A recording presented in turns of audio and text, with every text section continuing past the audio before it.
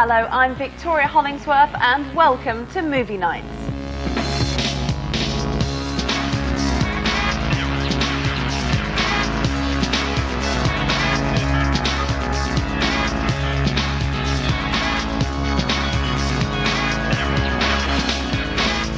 On tonight's show, competing secret agents. Out this week is Matt Damon in The Bourne Identity. And we look ahead to Vin Diesel as International Man of Mystery XXX. The things I'm gonna do for my country. The director of The Sixth Sense offers up his take on the alien invasion movie, Signs. The peak of my using suspense. We discover something we didn't know about surfing. If you're seeking balance, the best way to find it is to get out there and try to surf. Adam Sandler finally wants to crack the UK box office with his latest Mr. Deeds. After a little while, you guys will become a little more familiar with my goofiness. It's already making a big fat profit in the States. We meet the brains behind My Big Fat Greek Wedding. We actually get to keep the whole 85 million. In our final show of the series, we'll take a look at what's coming up over the distant cinema horizon, as well as all this week's releases. But first, Bomb's not till November, XXX will be October, so if you can't wait to get your fix of international espionage, look no further than The Bourne Identity. I can tell you the license plate numbers of all 6 cars outside. I can tell you that our waitress is left-handed and the guy sitting up at the counter weighs 215 pounds and knows how to handle himself. After suffering amnesia following a near-death experience, Jason Bourne, played by Matt Damon, has to reconstruct his memory to discover his true identity. You know, what I like about it most is its intelligence and like, you know, there are little touches. Like, it's the first time in a movie I ever saw a guy look at a map before a car chase. And, like, there's just... the logic really tracks, like, throughout the movie. Nobody does anything that's just stupid. I'm just constantly disappointed by the American action movie, and have been for years. You know, every once in a while there's a great one, but, you know, they're so few and far between. Sort of had this theory that maybe the key to an action movie was to never say you're making one.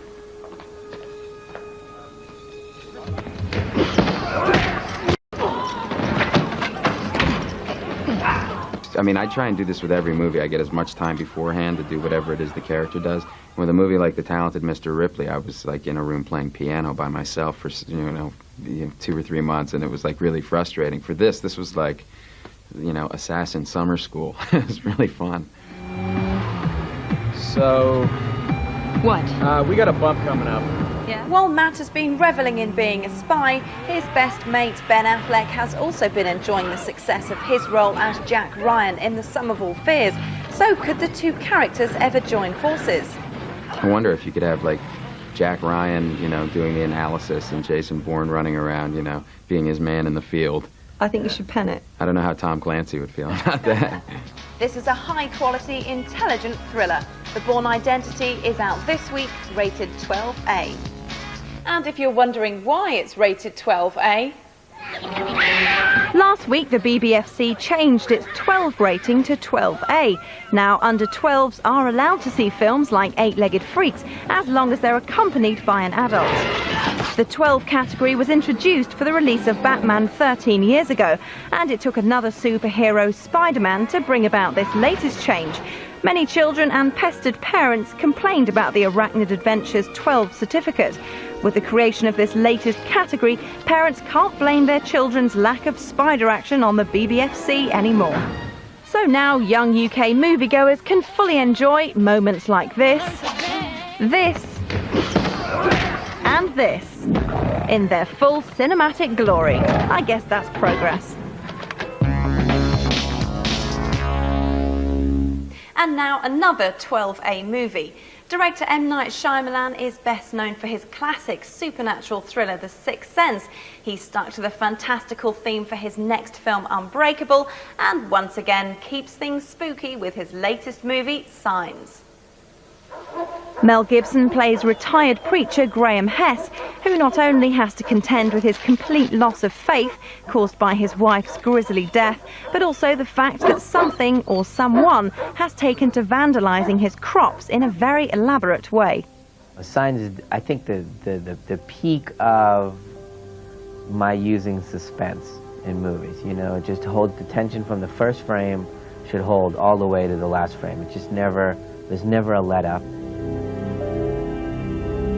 The subjects of, you know, ghosts, aliens, crop circles, comic books and all, they're just ways of telling, you know, stories about belief, you know, about believing in something you can't see.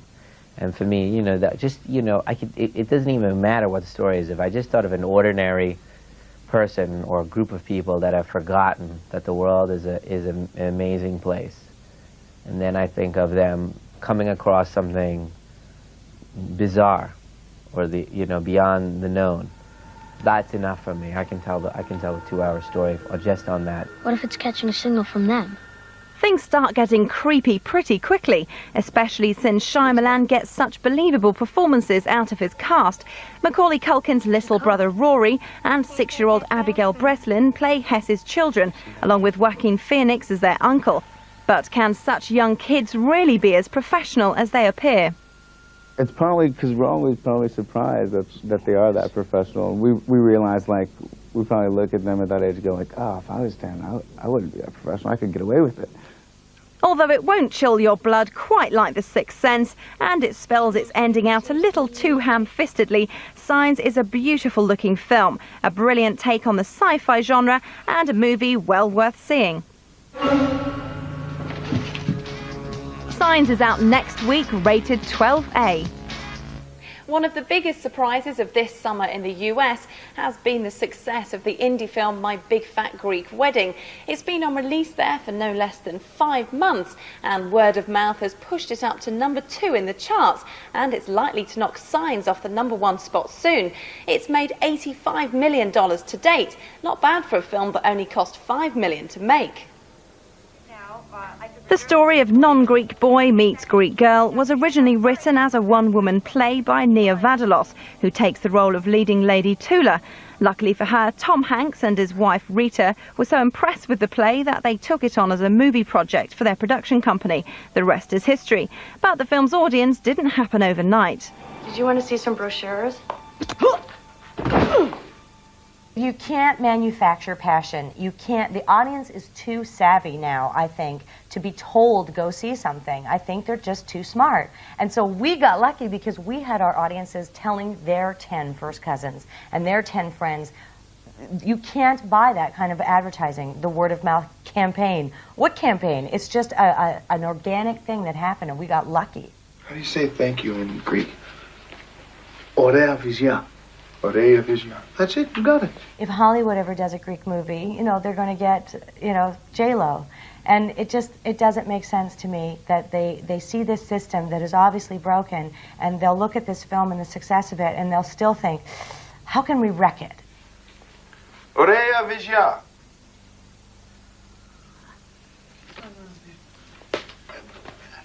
And I hope you're both sensible, got a nice big fat share of the profits of this film. We actually get to keep the whole $85 million. I've spent mine already. Greek woman, we may be lambs in the kitchen, but we are tigers in the bedroom. Ew. Please let that be the end of your speech. A sweet little film and a great success story. My Big Fat Greek Wedding is on release from September the 20th, rated PG. The Rookie tells the true story of Jim Morris, a small-town baseball coach played by Dennis Quaid. Following a bet with his high school team, Morris tries out for the major leagues and soon finds himself living his childhood dream. We've got an 8-year-old boy inside this house who waited all day in the sun and the rain to see his daddy try to do something that nobody believed he could do. It's an inspiring, heartwarming tale which at times seems too cliched to be true, except that it is. But will this be yet another baseball movie lost on a British audience? Rachel Griffiths, who plays Jim's wife, thinks not. I think the British understand that sports movies are never really about sport. I mean, if you pitched Chariots of Fire, you know, to the Americans, I guess, as an idea, oh, it's about British runners, you know, in baggy shorts in 30-something. Really? And so what's interesting about that? But, you know, sports movies are always about kind of triumph of the spirit. You'll laugh, you'll cry, and you might also feel a bit nauseous. A feel-good movie for all the family. The Rookie is out on the 11th of October, rated U. C'est pas juste une aventure. Famous for her turn as the too cute to be true Amelie, Audrey Tautou returns in He Loves Me Not, playing a rather different character who, after a hefty dose of unreciprocated love, turns into one nasty bunny boiler. I love the construction of the script, and I liked how the story comes and everything. And also I was happy just to play a little bit with the image some people have with me. Although undoubtedly cuter, Audrey Tautou is no Glenn Close, and He Loves Me Not is little more than a Gallic fatal attraction. It's out this November, rated 12A. After the adulation he received for American Beauty, director Sam Mendes has chosen to adapt the comic book Road to Perdition for his second movie. But this is no potential Spidey or X-Men franchise. It's a somber 30s set gangster story starring Tom Hanks as a mafia hitman. When Hanks' son witnesses a hit, mob boss Paul Newman runs the pair out of town. This is beautiful to look at and oozes quality throughout, but sadly ignites little interest. To put it bluntly, it's frequently dull and boring. Mendes, unlike predecessors Coppola or Scorsese, seems totally uninterested in making an exciting gangster film. The whole thing plays out as merely a touchy-feely drama about father-son relationships. You get the sense that there's one eye too many on next year's Oscars. Natural law. Sons are put on this earth to trouble their fathers. Road to Perdition is out on the 20th of September, rated 15.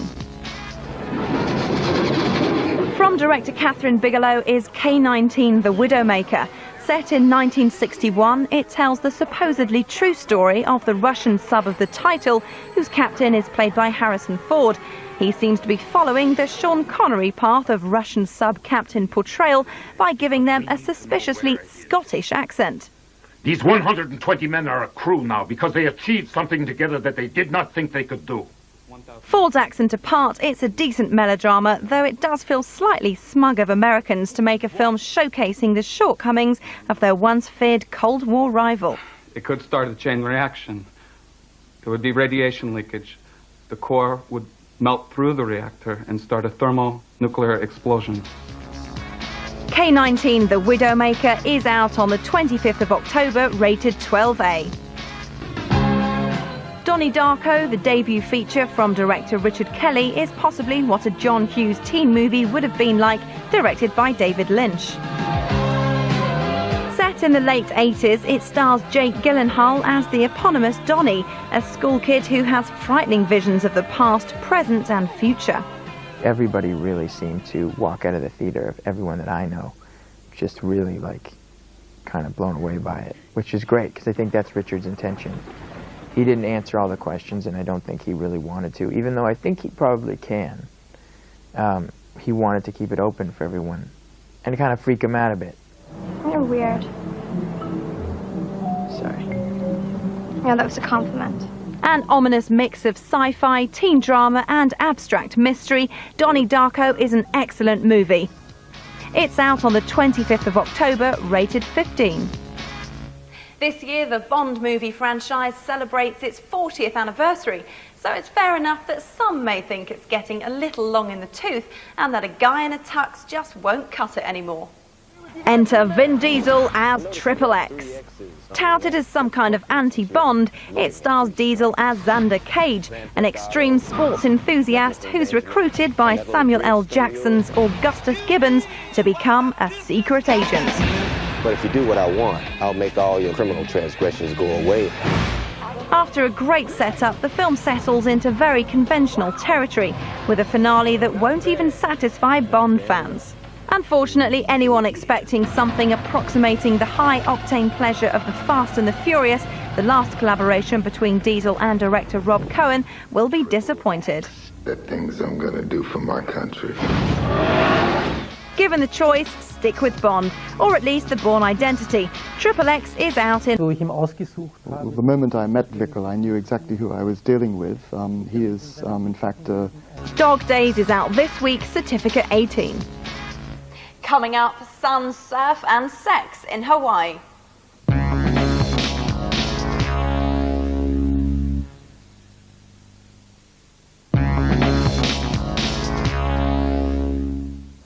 Welcome back. Currently doing good business stateside is the chick surfer movie Blue Crush, starring the likes of Michelle Rodriguez and Kate Bosworth. We went all the way to a beach in Hawaii to talk to the director and the stars. You have to understand. They're the most dangerous waves on the planet. The tale of four girls trying to break through into the male-dominated world of surfing, Blue Crush contains some of the most spectacular wave-riding scenes ever captured on film, and was a labour of love for lifelong surfer and director John Stockwell. All my friends was an excuse to spend 6 months in Hawaii, living on the North Shore in a beach house and working with beautiful girls in bikinis, and I'd have to admit that that was a part of it. Admittedly, the storyline wrapped around the four girls in bikinis who surf is pretty predictable girl meets boy stuff, but there's enough adrenaline-charged board action to distract you from the cheese. And although most of the sea stunts for the film were done by a team of real female pro surfers, the cast also had to get down to some serious training. And I guess the learning curve for surfing is slow and steep. So it was really hard, but at the end of the day, it was that much more rewarding. People spend their whole lives looking for balance, and this sport is surrounded, the epitome, I believe, just being introduced to the sport, the epitome of this sport is balance. So, you know, if you're seeking balance, the best way to find it is to get out there and try to surf. Yeah. Good luck. High on action, low on plot, but with a cast that's easy on the eye and the requisite love story, this film pretty much has something for everyone, however insubstantial. Blue Crush will be out in the UK in March 2003. After the success of Double Jeopardy and Kiss the Girls, Ashley Judd seems to be carving a bit of a name for herself, playing girl in distress, succeeding against the odds. It's a role that she reprises again in High Crimes, along with her Kiss the Girls co-star Morgan Freeman and Jim Caviezel. Keys, please.